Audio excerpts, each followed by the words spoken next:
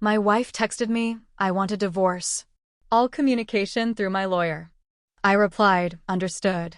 Then I canceled her credit cards and cut off all financial support.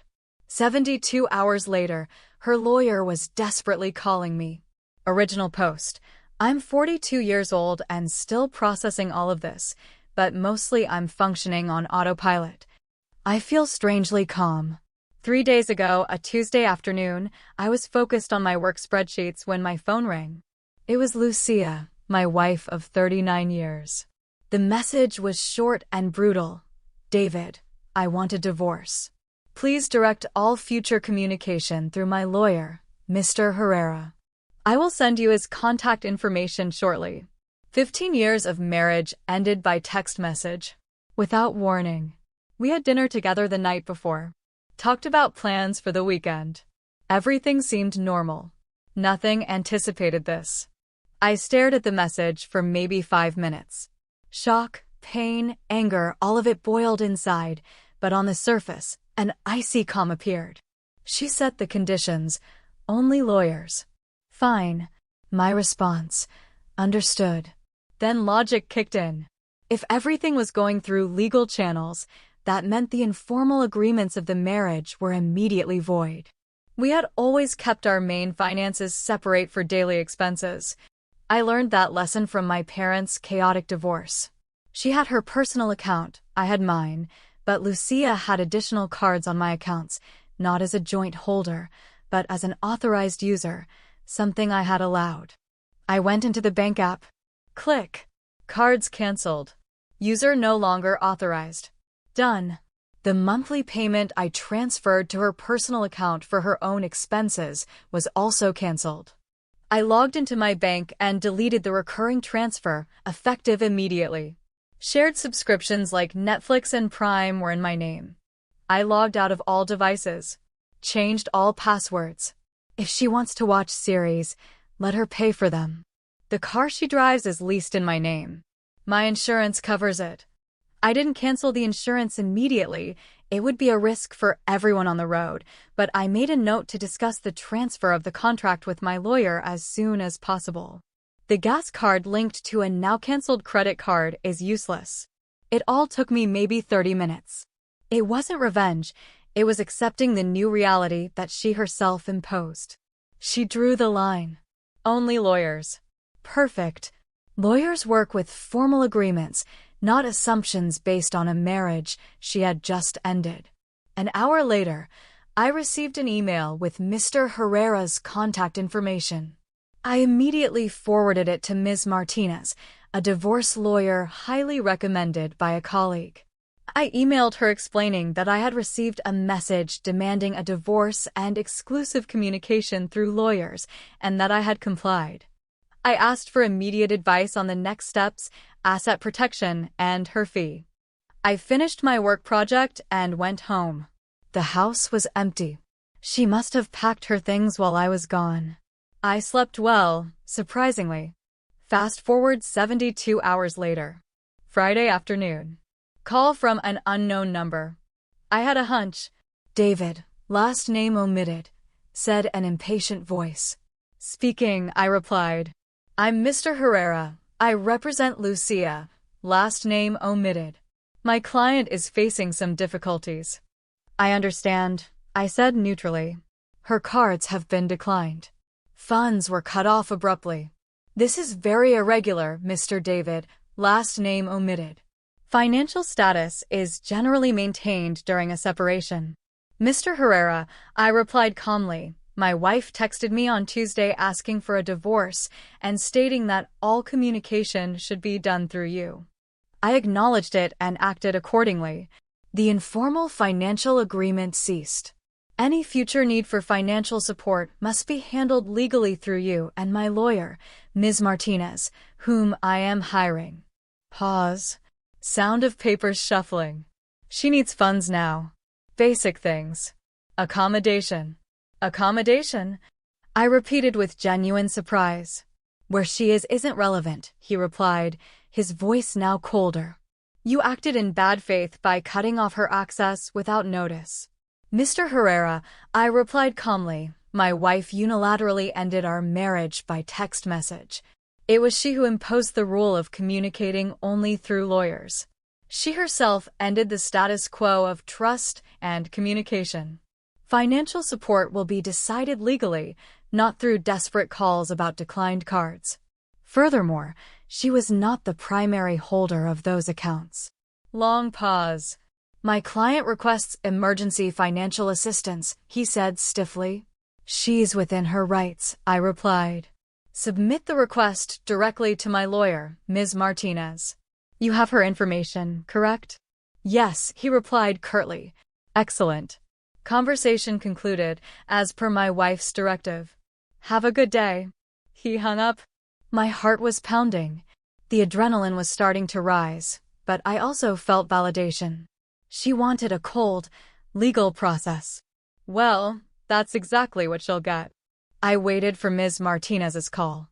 This was just the beginning. Update 1. 1 week later. It's been a week since that text message. As expected, things escalated. Thank you for the comments and private messages. It relieves me to know I'm not losing my mind. Ms. Martinez responded the same day Mr. Herrera called. She confirmed that my actions were logical, given the conditions of Lucia's message. She recommended documenting everything. Mr. Herrera's first move came on Monday.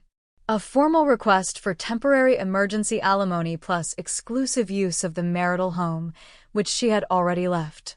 I laughed. The requested amount was astronomical. Basically, she intended for me to finance her previous lifestyle plus her new accommodation plus her legal expenses. Professional level of entitlement. Ms. Martinez responded with a much lower counterproposal based on real needs, not desires. She emphasized that Lucia abandoned the house that I still occupy and stressed the rule that she herself imposed, only lawyers. My actions were a direct consequence of that. Then the personal attacks began. Wednesday night, Nuria, Lucia's best friend, called me. I answered, hoping to get some information. Mistake. David, what the hell? She yelled without greeting. Hi, Nuria, I said tiredly. Don't hi, Nuria me. Lucia is on my couch. You left her with nothing. She can't even buy food. You've left her on the street. Nuria, I replied. It was Lucia who asked for the divorce by text message. She demanded that everything be done legally, and I respected her wishes. You know she barely works. How is she going to survive? She's terrified. Lucia only has a part-time job as a graphic designer, and it barely covers the couch where she now sleeps. It's leisure money, nothing more. Before hiring Mr. Herrera, before even talking to me, she had already chosen the legal path. So, financial matters have since been handled between her lawyer and mine. It was her choice. That's cruel, vengeful. After 15 years. It was an emotional decision, yes, but giving specific legal instructions like only lawyers isn't an emotion, it's a formal instruction. And hiring Mr. Herrera was also her decision. Silence. But she deserves support. You always took care of her. I would have been willing to discuss everything amicably if she hadn't detonated the marriage with a message and hired a lawyer. She set the rules. Now we're simply following them. She's going to take everything from you. Nuria said angrily. She can try, I replied calmly. Everything is already filed legally. My lawyer is handling it. I'm not going to continue talking about this. I hung up. So, I'm the bad guy for following her own instructions. The narrative she's spreading is pure victimhood. Yesterday, I received a bank alert. There was an attempted withdrawal from an old savings account. It turns out there was a joint account that we opened many years ago and had completely forgotten about. It wasn't part of our active finances. There was only about €480 left. Apparently, Lucia found the debit card and tried to empty the account. The bank detected the sudden movement in an inactive account. I went directly there. I explained that we were in the middle of a divorce process and they froze the account until there is a legal agreement. It's not about the money, it's about the attempt. While her lawyer accuses me of acting in bad faith, Ms. Martinez says this actually helps us. It shows that Lucia is not simply waiting passively, but is trying to access resources through parallel channels outside the process that she herself demanded. Now we await the hearing date for the emergency financial support request. Lucia is still sleeping on Nuria's couch. Mr. Herrera must be beginning to realize that his client expected a blank check. But this is reality. I no longer feel shock. Now only determination. Somewhat somber. This is going to be tough. Update 2. 3 weeks later. Okay, things got dirtier. Surprising, I know. We had the hearing for the emergency financial support last week. Lucia was present. She looked stressed, avoiding looking at me. Mr. Herrera claimed she was ruined, victimized by my malicious actions. But Ms. Martinez presented everything calmly. The text message where Lucia demands that only the lawyers communicate. Bank statements proving that I canceled the additional cards and the monthly payment after the message. Proof that I continued to pay the mortgage, utilities, car lease, and insurance, i.e. the important fixed expenses. Evidence of her attempt to withdraw money from the forgotten joint account after demanding exclusive contact through lawyers. Information about her part-time income that shows she is not in misery. She just lacks funds for whims, not basic needs. The judge didn't buy Mr. Herrera's drama. He asked Lucia why there was no prior conversation. She murmured, I felt intimidated. Laughter inside. Me? Intimidating? The judge seemed skeptical. Result: temporary support was ordered much closer to our proposal than hers. Enough for the basics and a small contribution to legal expenses, but zero funds for her former lifestyle. The judge basically told Lucia that her own actions, the message, the attempt to empty the account, directly contributed to her current situation. I honestly felt like I dodged a bullet, but they weren't finished, and then the dirty games began. Dirty trick number 1, a call to my company's human resources department. Anonymous complaint. They alleged that I was using company resources for personal legal matters. False. I did everything from my personal devices and during my free time, and erratic behavior suggesting instability. Luckily, my boss, Mr. Manuel, knows me.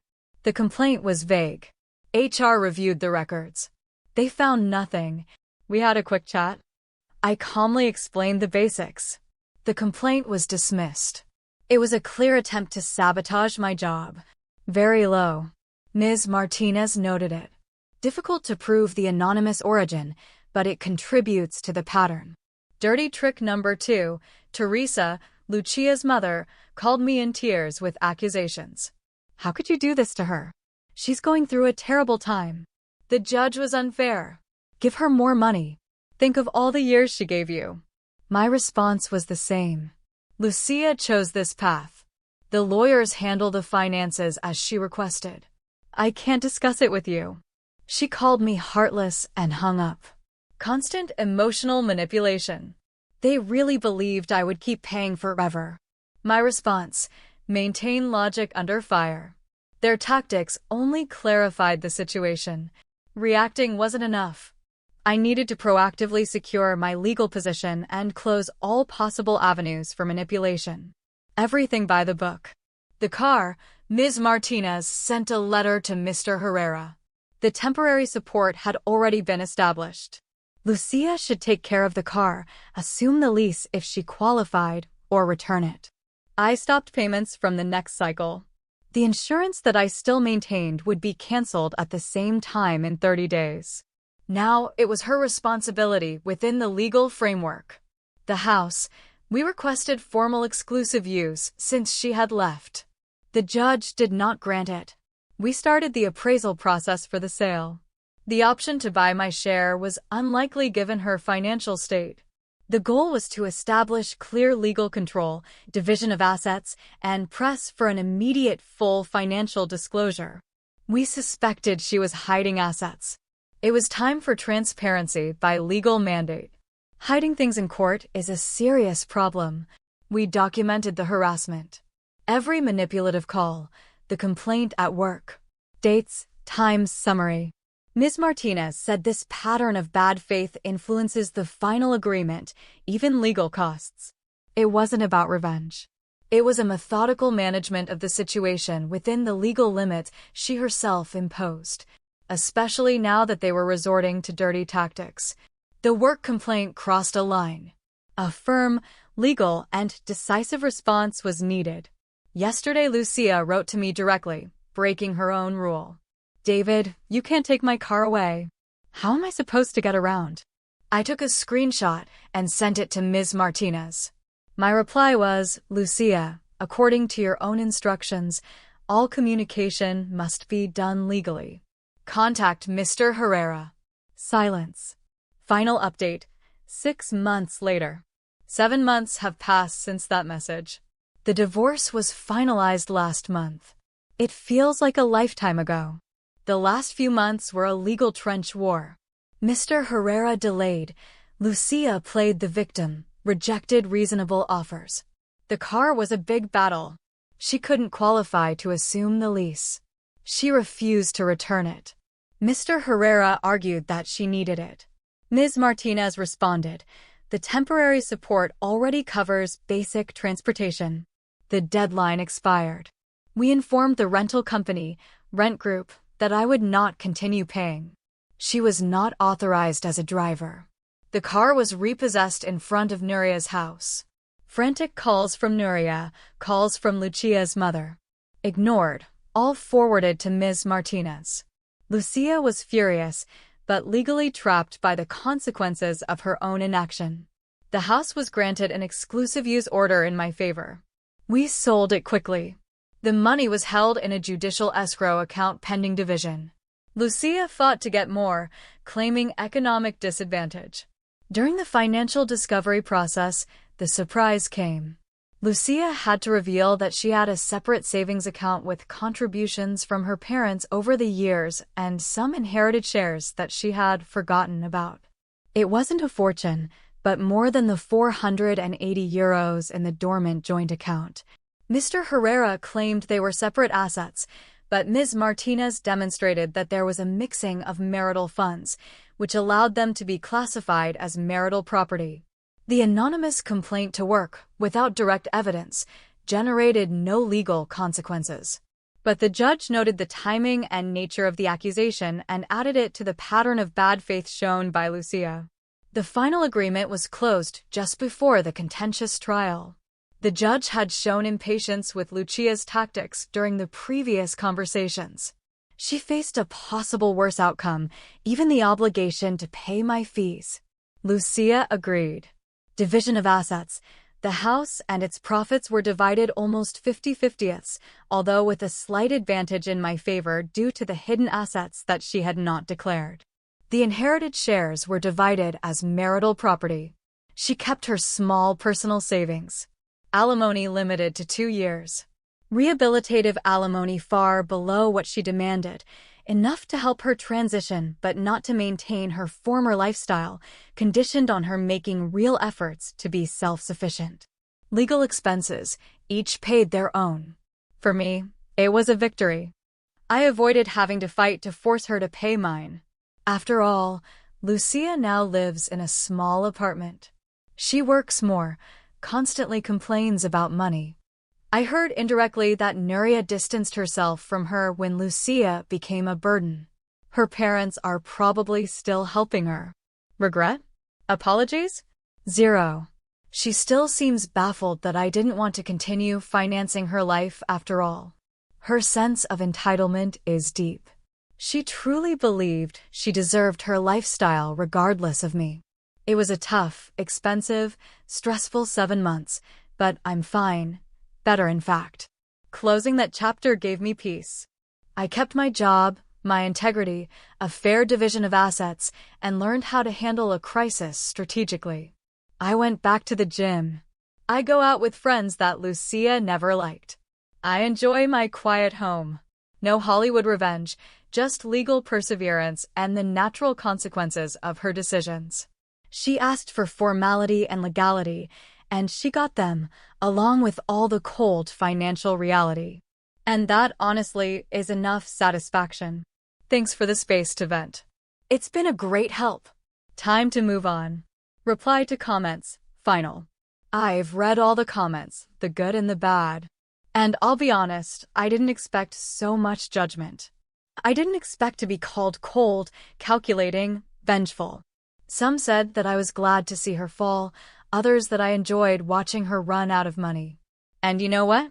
It hurt, because it wasn't like that. I'm not a saint, but I'm not the monster some of you paint me as either. I wasn't happy to see her cry. I didn't feel triumphant seeing how the situation was getting to her. I felt empty many times, guilty other times, simply broken inside. Do you think it was easy to see how someone I loved for 15 years erased me with a single message? Do you think it didn't hurt that she didn't even try to talk to me before turning everything into a legal war? Do you really think I enjoyed cutting up cards, canceling subscriptions, calling lawyers? It was like ripping parts of myself out one by one. And yes, I acted logically. Yes, I was quick, clear, and methodical, because if I hadn't, I would have sunk. She set the rules. I just played on the field she designed. Many of you talk about compassion. Where was her compassion when she left me on a Tuesday afternoon with a 4-line message? Where was her respect when she hired a lawyer without saying a word to me? Where was the dialogue before turning me into a legal enemy for months? I felt like a villain for protecting myself, for saying enough, but I did it because no one else was going to do it for me, and because I deserve peace, I deserve dignity, I deserve not to be an emotional and economic ATM. I know this story may sound harsh, but it was my reality. And if I could go back, I would do the same. To those who supported me, thank you. You helped me more than you can imagine. To those who criticized me, thank you too. You made me review every step, question everything, and in the end reaffirm that I defended myself with a cool head because my heart was already broken. This wasn't revenge. This was emotional survival, and now I can finally breathe.